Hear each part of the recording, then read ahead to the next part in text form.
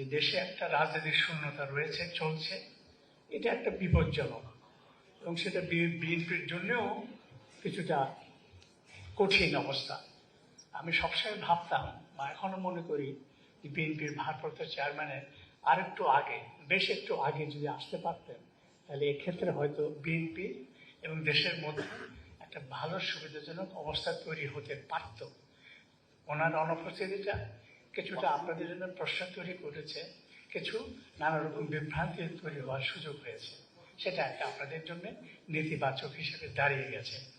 আর একই সঙ্গে যদি বলি, এই একটা বছর বা 15 মাস ধরেও বিএনপির সকল কর্মকাণ্ড নানা স্তরে, নানা ভাবে, নানা ক্ষেত্রে যেভাবে হয়েছে, যতটুকু জানি বা যতটুকু জানি না, সেটুকু কিন্তু বিএনপির জন্য খুব ভালো হয়নি।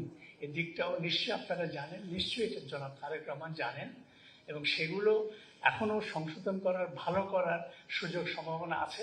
কারণ আপনাদের দলটা অনেক বড়, বৃহৎ, এবং আমি মনে করি এখন পর্যন্ত বিএনপি বাংলাদেশের সর্ববৃহৎ দল, এটা স্বীকৃত। আর আমাদের জরিপ যেটা আমরা করেছি, আমরা এটা বিশ্বাস করি যে জরিপ এটা মোটামুটি সত্যের কাছাকাছি বা মানুষের চিন্তা জগতের কাছাকাছি। সেখানে বিএনপি কিন্তু বৃহত্তম দল হিসাবে এসছে, এবং নির্বাচনে অনেক বেশি ভোট পেয়ে তারা বিজয়ী হবে, সেটা কিন্তু আছে। তো আমরা এটা বিশ্বাস করতে চাই, বা এটা হয়তো আমরা এটা ভাবতে পারি যে আপনারা ক্ষমতা আসছেন যে দল, সে দলের নেতৃত্ব, সে দলের সকল পর্যায়ের নেতৃত্ব, কর্মী বাহিনীর সকল কর্মকাণ্ডের মধ্যে সেই আজাদ ভাই যেটা বললো যে বিনয়, যেটা আপনাদের সৌজন্যতা, বলবো যে ভদ্রতা, নেতৃত্বে গৌণ ইত্যাদি কার্যক্রমগুলি অনেক বেশি করে প্রতিভাত হওয়া দরকার।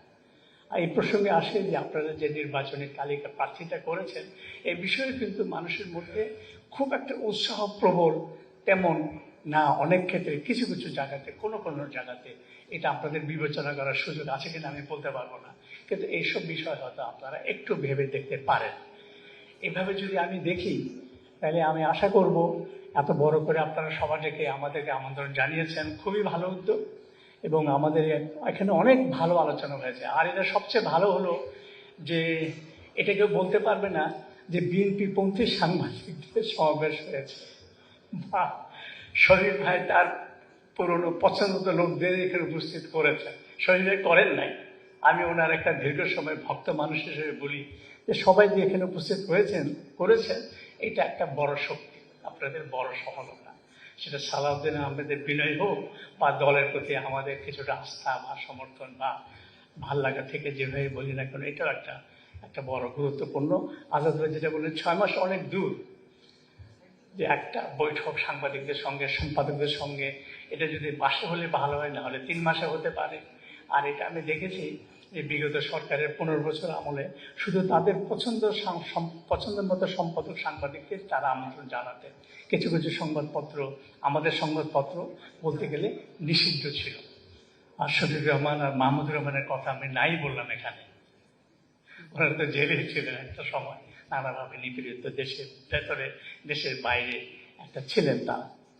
আর আর তার বাইরে যদি আমি যাই, যে আজকে যে অবস্থার পরিবর্তন বা সময়ের কথা যেভাবে আপনারা প্রথম আলোর ব্যারিস্টার বা সংবাদপত্র উপরে হামলা আক্রমণ নিয়ে বলেছেন, এটা ব্যক্তিগতভাবে আমরা সবাই আপনাদের প্রতি বিশেষভাবে কৃতজ্ঞ।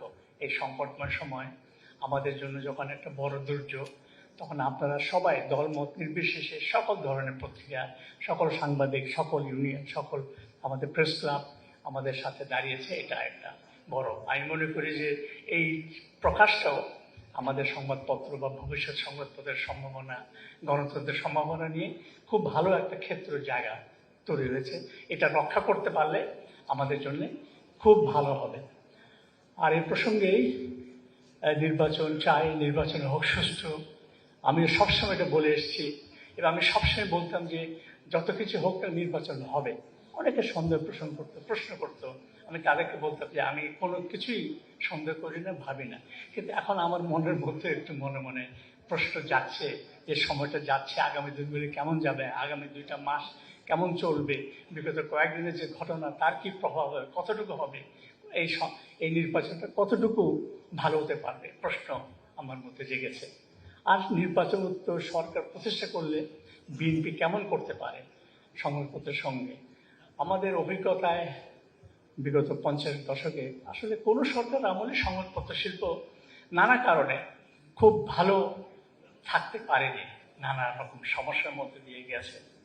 তার মধ্যে আমি পার্থক্য করতে চাই বিগত 15-16 বছর বিগত স্বৈরাচারী সরকার আমলে সবচেয়ে বেশি নিপীড়ন, চাপ, ভয়, ভীতির মধ্যে দিয়ে সংবাদপত্রকে যেতে হয়েছে, আমাদেরকেও যেতে হয়েছে। কারো কারো ক্ষেত্রে এটা ভয়ঙ্কর রূপ ধারণ করেছে। আমি আবারও শফিক রহমানের নাম বলবো, তাকে জেলে যেতে হয়েছে মিথ্যা অজুহাতে, মিথ্যা মামলা ভিত্তিতে।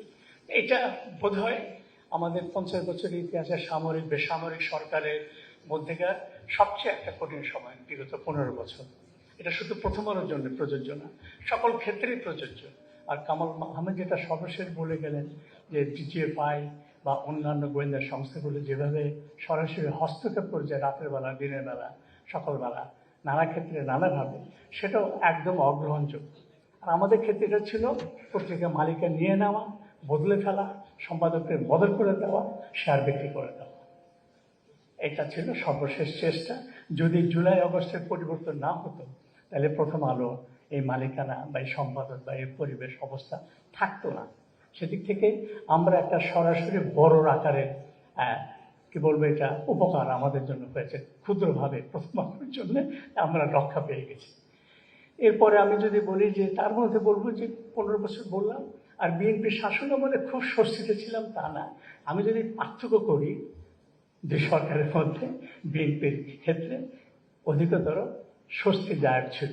আমি এখানে একটা ছোট্ট উদাহরণ হাজির করতে চাই যে হাততালি দিন, এত বিএনপি হাততালি যারা দিয়েছে তারা বিএনপি না ভাই, গণমাধ্যমের কথাটাকে শোনে। সেটা হচ্ছে যে তখন শেখ হাসিনা 2096 সালে ক্ষমতা আসলো। তার কিছুদিন পরে কিন্তু ছাত্রলীগের দৌরাত্ম প্রচন্ড বেড়ে গেল সারা দেশে, সর্বত্র, ঢাকা বিশ্ববিদ্যালয় তছনছ।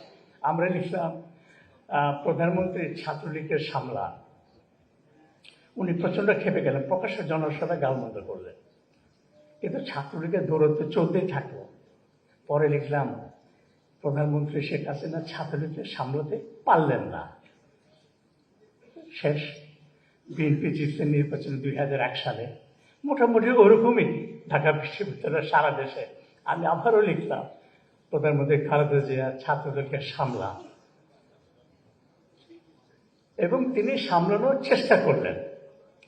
আমি এটা জানি, সরাসরি আমার সাথে কথা হয়েছিল স্বরাষ্ট্র প্রতিমন্ত্রী, প্রধানমন্ত্রীর বিশেষ সহকারী এবং জনাব তারেক রহমান। তারা আমাকে আশ্বস্ত করলেন সেদিনই রাতে যে আমরা ব্যবস্থা নিচ্ছি, মতি ভাই আপনি দেখেন। এবং সত্য, ঢাকা বিশ্ববিদ্যালয়ের ছাত্রদের নিষিদ্ধ হয়েছিল, আপনাদের মনে আছে? আছে, হ্যাঁ।